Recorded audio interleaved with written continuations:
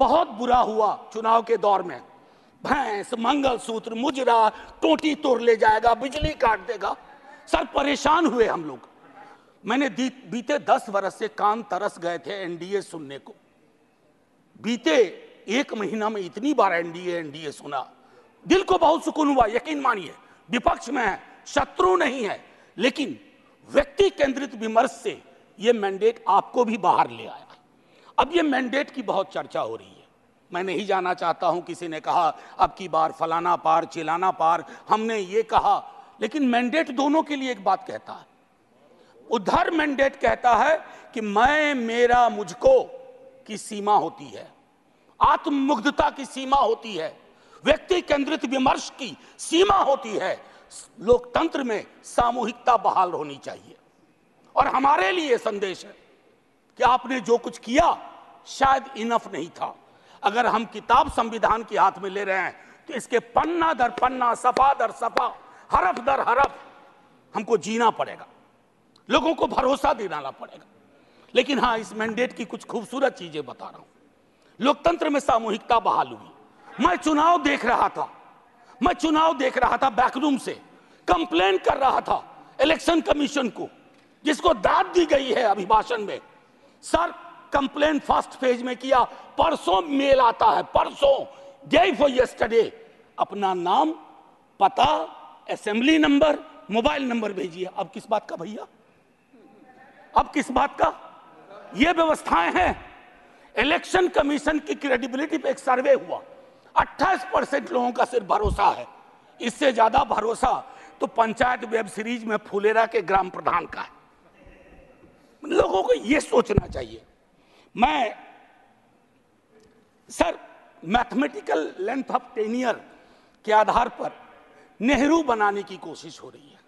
Sir mathematical length of tenure से नेहरू नहीं बनता। नेहरू बनता है जो गर्म हवा को पी सके, दूसरे के जख्म को देख करके उस पर मलहम लगाए, जख्म कुरेदे नहीं, जख्म पे नमक ना छिड़के, वो होता है नेहरू। तो सिर्फ मैथमेटिकल इससे। अब सर आपको एक छोटी चीज बताऊं, जातिगत जनगणना की मांग की थी। हमारे जदयू के साथी लोग भी थे, अभी हैं, मंत्री जी प्रणाम, हमारे जदयू के साथी लोग भी थे। नीतीश जी, तेजस्वी जी ने मिलकर सर्वेक्षण कराया। सर मैडम कोर्ट में आया। कोर्ट में कौन खड़े हुए यहां, नाम लूं? सॉलिसिटर जनरल ने रोकने की कोशिश की। किसके इशारे पे हो रहा है? एक तरफ आप कहते हैं वंचितों का कोई नुकसान नहीं होने देंगे, और दूसरी तरफ आप इस प्रकार की कोशिशें करते हैं। आज बिहार की सबसे बड़ी मांग है कि सर्वेक्षण के बाद जो आरक्षण का आधार बढ़ाया गया उसको 9वीं अनुसूची में डालिए। अभी पटना उच्च न्यायालय का एक निर्णय आया है, हम इंतजार करते रहे हैं सरकार से, बिहार की सरकार से, कि वो चैलेंज करे इसको, नहीं तो राष्ट्रीय जनता दल पिटीशन लेके जाएगा सुप्रीम कोर्ट। सर आप बोल दीजिएगा, अभी तक गई नहीं है, मुझे भी जानकारी है सर, बहुत फॉलो करता हूं क्लोजली, बहुत क्लोजली फॉलो करता हूं। सर अभी महामहिम ने मेजॉरिटी की बात की, मैं उस पर शुरू में बोल चुका हूं। लेजिस्लेटिव मेजॉरिटी को हमेशा मॉरल मेजॉरिटी के सापेक्ष रखना होगा, मॉरल मेजॉरिटी के सापेक्ष। अगर आप मॉरल मेजॉरिटी से नहीं चलाते हैं तो लेजिस्लेटिव मेजॉरिटी जिस दिन साइकिल पे तीर सवार हुआ ना, ये उड़ जाएगा। साइकिल चुनाव चिन्ह है टीडीपी का, और तीर हमारे रामनाथ भाई का, जनता दल यूनाइटेड का। एनीवे, सो भाजपा का देखिए, कभी कभी मैंडेट कितना खूबसूरत काम करता है। हम बचपने से बीजेपी को मैं फॉलो कर रहा हूं, सारी पार्टीज को करता हूं, बीजेपी को भी कर रहा हूं। बीजेपी का संकल्प पत्र हुआ करता था, इस बार वो हो गया था मोदी जी की गारंटी। इस डेमोक्रेटाइजेशन का जो मैंडेट है, इससे आपको बहुत बड़ा फायदा है। व्यक्ति के समक्ष कोई भी दल समर्पित ना हो जाए, ये मैं समझता हूं उपलब्धि आप लोगों की भी है जी। आरजेडी गारंटी नहीं लिखती है व्यक्ति की।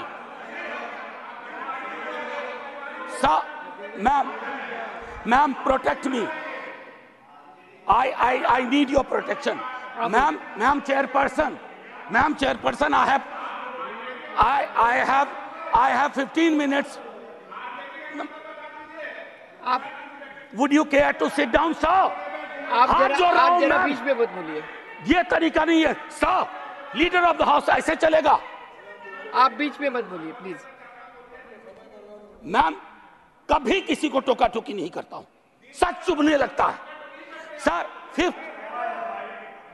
मैं फिफ्थ पैरा दिखाना चाहता हूं, प्रेसिडेंट के एड्रेस का फिफ्थ पैरा। इसमें कहते हैं ग्रोथ स्टोरी, अच्छा लगता है सुन के। What kind of growth? कैसी प्रगति, कैसा विकास? Joblessness, hopelessness, फेसलेसनेस। और आप चाहते हैं कि उस इकोनॉमिक प्रॉस्पेरिटी के पक्ष में हम ताली बजाएं। सो मैम, मेरी ये किताब कॉन्स्टिट्यूशन संभवतः सबसे पहले मैंने ही दिखाना शुरू किया था। निर्मला जी नहीं है हमारी फाइनेंस मिनिस्टर। हर बजट के बाद में आर्टिकल 39 पढ़ता था। कॉन्सेंट्रेशन ऑफ वेल्थ, कोई ब्लूप्रिंट है कि आय की जो असमानता है इस देश को लील रही है, ताली बजा रहे हैं। 5 करोड़ पूंजीपति तरक्की कर रहे हैं, उसको देश की तरक्की मान रहे हैं। कभी उस युवा से पूछिए वो देश की तरक्की को कैसे देख रहा है, ऐसा जवाब देगा कि मुश्किल पड़ेगा हैंडल करना। मैम, पैरा 16 में बाबा साहब को सेलेक्टिवली कोट किया गया। ये सेलेक्टिव कोट बड़ा परेशानी का चीज है कि आप किसी को सेमीकोलन के बाद कोट कर दें, उसके पहले की बात छोड़ दें। ये इसको हम लोग की भाषा में, एकेडमिक्स में कहते हैं ऑलमोस्ट अकिन टू प्लेजरिज्म। वो किया गया। अब प्रधानमंत्री जी ने चुनाव के वक्त कहा कि एक ही जाति है, वह है गरीबी। सुनने में शायराना लगता है, खूबसूरत लगता है, फिल्मी लगता है, लेकिन ऐसा क्यों है कि जातिगत हिरार्की में नीचे जाते हैं तो गरीबी बढ़ती है, ऊपर जाते हैं तो गरीबी घटती जाती है। अब मैं समझता हूं कि ये NFS, नॉन फाउंड सूटेबल, ये चिंता का विषय है सबको। अभी अनुप्रिया पटेल जी को चिट्ठी लिखनी पड़ी है। मैं बताऊं, ये एक मानसिक रोग है जो नॉन फाउंड सूटेबल करता है विश्वविद्यालयों में। इस मानसिक रोग से डील नहीं किया ना तो हमारी कथनी और करनी में मीलों का फासला होगा। कहा गया पहले की कुछ सरकार अनस्टेबल थी, लेकिन अगर आप प्रो पीपल लेजिस्लेशन का विश्लेषण करें तो सबसे ज्यादा खूबसूरत क्षण सो कॉल्ड कोalition गवर्नमेंट में आई है। और मुझे उम्मीद है कि आपकी इस कोalition गवर्नमेंट को भी उस प्रेशर को समझते हुए प्रो पीपल लेजिस्लेशन पे काम करना पड़ेगा। टू बिगिन विथ, अग्निवीर को सेना में भर्ती को पुरानी तरीके पर लाइए ताकि युवाओं के साथ न्याय हो पाए। मैम, वो मैं बोल चुका हूं। भारतीय न्याय संहिता आज से लागू हो गई, लेकिन हमें याद रखना चाहिए 150 सांसदों के निलंबन के साथ यह पास हुआ है। इसमें कोई चर्चा नहीं हुई। ये एक कदम है पुलिस स्टेट की ओर, एक ऑर्वेलियन स्टेट की ओर। इससे मैं आगाह करता हूं, क्योंकि हमेशा आप वहां नहीं होंगे। जब यहां होंगे तो यही दंड प्रावधान लागू होंगे। मैं और सुनिए, para 26 disruptive forces are conspiring to weaken democracy, महामहिम से कहलवाया गया है। ये स्टैन स्वामी कौन थे? कैसे इस दुनिया से गुजर गए? क्यों आज भी उमर खालिद, मीरान हैदर, खालिद सैफी जैसे जवान, जो सरकार की आलोचना को देश की आलोचना बना दिया गया। और मैं 2 किताब, अगर ये किताबें मेरे पास आती हैं तो नड्डा जी के कार्यालय में भी पहुंचना चाहिए। The incarcerations by Alpa Shah और ये challenging caste by Ejaz Ashraf. ये दास्तान है democracy, how it is being मजल्ड।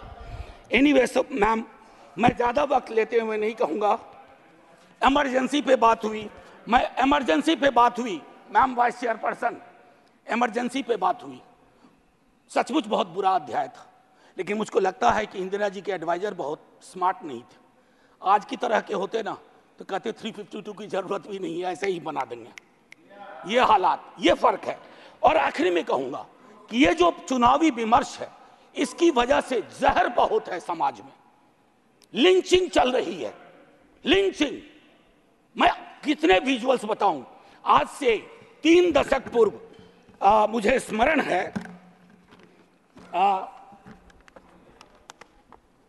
Rahi Masoom रजा ने एक छोटी कविता लिखी थी। मैं यही कह के खत्म करूंगा। उन्होंने एक कविता लिखी थी, वो आधा गांव के लेखक थे। कई लोग उनको महाभारत के लेखक के रूप में जानते हैं। उन्होंने एक, और उनके लिए गंगोली और गंगा उनकी माँ थी। ये था एक भारतीय मुसलमान का चित्रण। उन्होंने लिखा था, मेरा नाम मुसलमानों जैसा है, मुझको कत्ल करो और मेरे घर में आग लगा दो, मेरे उस कमरे को लूटो जिसमें बयानें जाग रही हैं मेरी, और जिसमें मैं तुलसी की रामायण से सरगोशी करके कालिदास के मेघदूत से कहता हूं मेरा भी एक संदेश है। अब आइए दूसरा, ये 3.5 दशक पूर्व लिखी गई अभी, और यही मैं खत्म करूंगा। ये पूरे देश का चित्रण है, ये हम सब के लिए आईना है। वरना मारे जाओगे, रघुवीर सहाय को याद करते हुए एक युवा कवि अदनान नाम के लिखा है।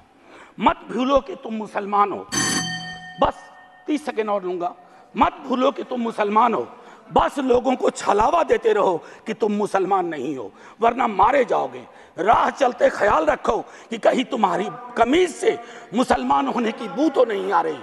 ख्याल रखो किसी से बहस करते हुए, कुछ बोलते हुए, कुछ करते हुए, यहाँ तक कि हंसते और रोते हुए भी कि कहीं तुम मुसलमान तो नहीं लग रहे हो, वरना मारे जाओगे। ये बात हमेशा याद रखो कि तुम एक मुसलमान हो और तुम मरोगे नहीं, एक दिन मारे जाओगे। विवेकहीनता, तर्कहीनता के समाज को ध्वस्त करिए। आइए हिंदुस्तान बनाइए, वो हिंदुस्तान जहां कोई फर्क ना हो, गले लग सकें। ये नहीं कि चुनावी मंच से कुछ, जमीन पे कुछ। जय हिंद मैम, जय।